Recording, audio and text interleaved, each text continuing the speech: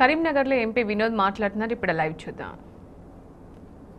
నేను నా వ్యక్తిగత అభిప్రాయం ఇది, విద్యార్థి సంఘం ఎన్నికలు కళాశాలలో జరగాలనేది నా వ్యక్తిగత అభిప్రాయం.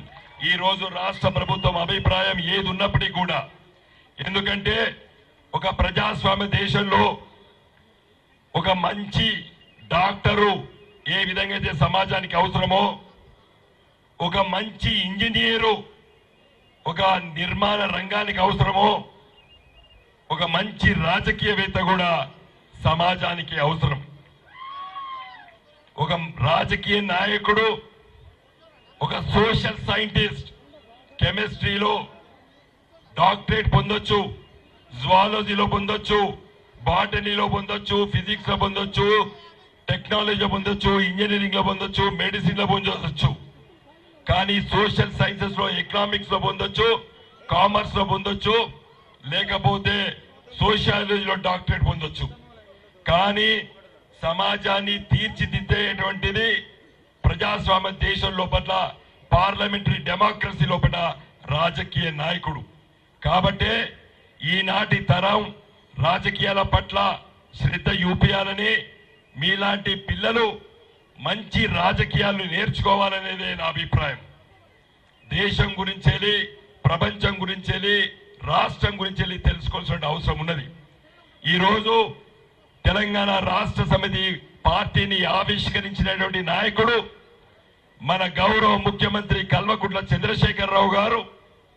విద్యార్థి దశ నుండి రాజకీయాల పట్ల మక్కువ ఉన్నది కాబట్టి తెలంగాణ రాష్ట్రానికి ఏమి కావాలి, ఏమి చెయ్యాలి అనే ఆలోచన చేసి 2001లో, బహుశా ఇక్కడ ఉన్నటువంటి వాళ్ళు చాలా మంది చిన్న పిల్లలు, తల్లి ఒడిలో ఉన్నటువంటి వాళ్ళు మీరు 2001లో తెలంగాణ ప్రాంతానికి నీళ్ళల్లో, నిధులలో, నియామకాల్లో నష్టం జరుగుతున్నది.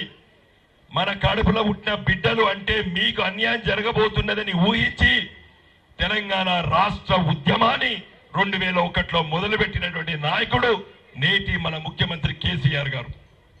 ఈరోజు మీకందరికీ గొప్ప అవకాశాలు రావాలని, రానున్న రోజుల్లోపట తెలంగాణ రాష్ట్రం లోపట గ్రామీణ ప్రాంతాల్లోపట నీళ్ల సౌకర్యం వచ్చి పంట పొలాలు పండాలని, 1 కోటి ఎకరాలకి నీళ్లు ఇచ్చే విధంగా ఇలా మన గౌరవ ముఖ్యమంత్రి ఇటు గోదావరి నది పైన, అటు కృష్ణా నది పైన ఇలా ప్రాజెక్టులు నిర్మిస్తున్నాం.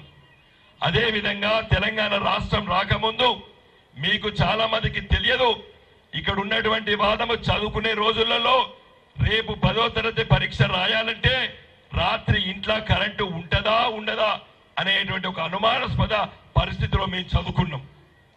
కరెంటు ఎప్పుడు వస్తుందో ఎప్పుడు పోతుందో తెలియని రోజులు.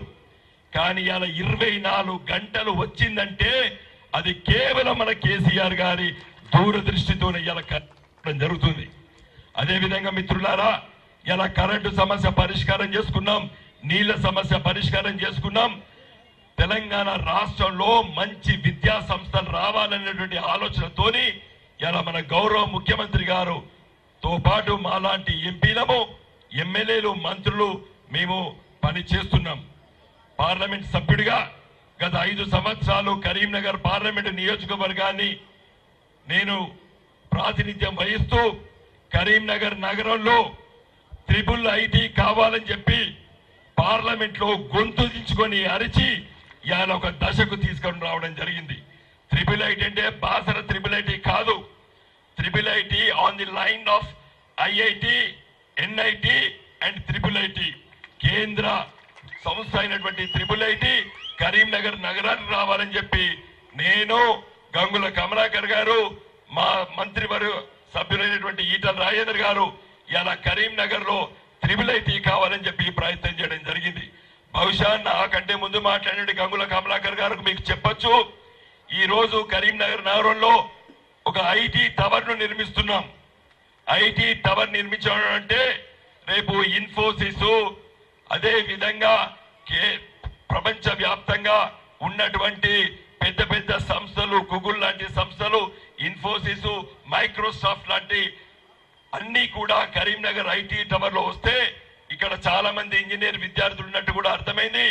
వీళ్ళు సాఫ్ట్వేర్ ఇంజనీర్ గా హైదరాబాదో బెంగళూరు పూనానో బెంగళూరుకు వెళ్లి 60,000 1,00,000 అక్కడ ఉద్యోగం చేసుకునే దానికంటే మన కరీంనగర్ లో ఆ మల్టీనేషనల్ కంపెనీస్ ను ఆహ్వానించి ఈడ మనం ఎల్ఎండి కింద 6 అంతస్తుల భవనాన్ని ఇలా నిర్మించినాము. దాంట్లో రేపు ఇక్కడే ఉద్యోగ అవకాశాలు వస్తే మీకు బాగా మంచి కుటుంబంతో బతికి మీ కుటుంబ సభ్యుల్లో మధ్యలో ఉండి మీరు ఉద్యోగం చేసుకునే అవకాశం కల్పించాలని చెప్పి మేము ఆలోచన చేయడం జరిగింది. కరీంనగర్ నగరాన్ని ఎలా స్మార్ట్ సిటీ జాబితాలో చేర్చి 1,000 కోట్ల రూపాయలు కరీంనగర్ కి రానున్న 5 సంవత్సరాలు చేయాలని చెప్పి ఆలోచన చేయడం జరిగింది. మనం ఉన్నటువంటి ఈ గ్రౌండ్ తో పాటు పక్కకున్న గ్రౌండ్ ను ఒక బ్రహ్మాండమైన పార్క్ చేసి ఇలా జాతీయ జెండా ప్రతిరోజు మనకు గుర్తుండాలి.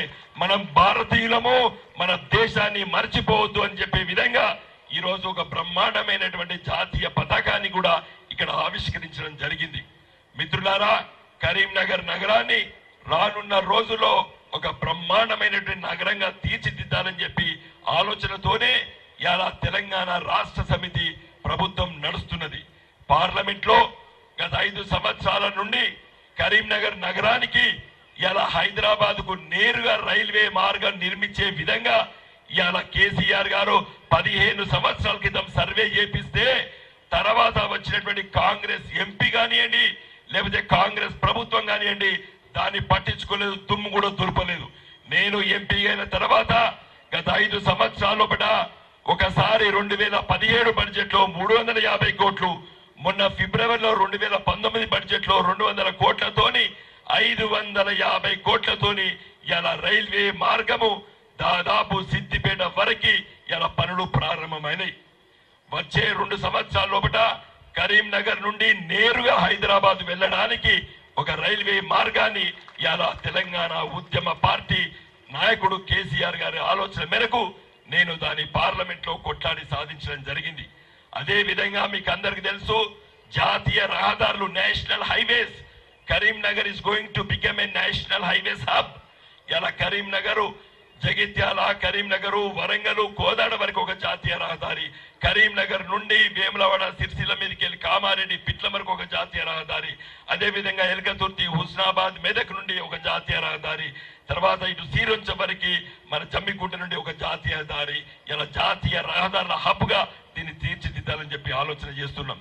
తెలంగాణ రాష్ట్రం వచ్చింది మీలాంటి పిల్లలకి మంచి భవిష్యత్తు ఉండాలని చెప్పి గ్రామీణ ప్రాంతాల లోపల మనం పుట్టి పెరిగి ఇలా పట్టణాల్లో మనకు వచ్చినటువంటి వాళ్ళకి మనకున్నటువంటి వ్యవసాయ భూములు కానివ్వండి లేకపోతే గ్రామీణ ప్రాంతాల్లో కూడా వ్యవసాయం 100కి 100 పాలు నీళ్లతో తడిచి మన పంట పొలాలు బ్రహ్మాండంగా పంటలు వండాలని చెప్పి ఆశతో ఇలా కాళేశ్వరం ప్రాజెక్టు కడుతున్నాం. బహుశా నేను మీ కళాశాల యజమానులను కోరుతున్నాను, ఈ వేసవిలు గాని జూన్ మాసంలో గాని మీరందరూ కూడా ఇలా మన మేడిగడ్డ దగ్గర కడుతున్నటువంటి కాళేశ్వరం ప్రాజెక్టు ఒక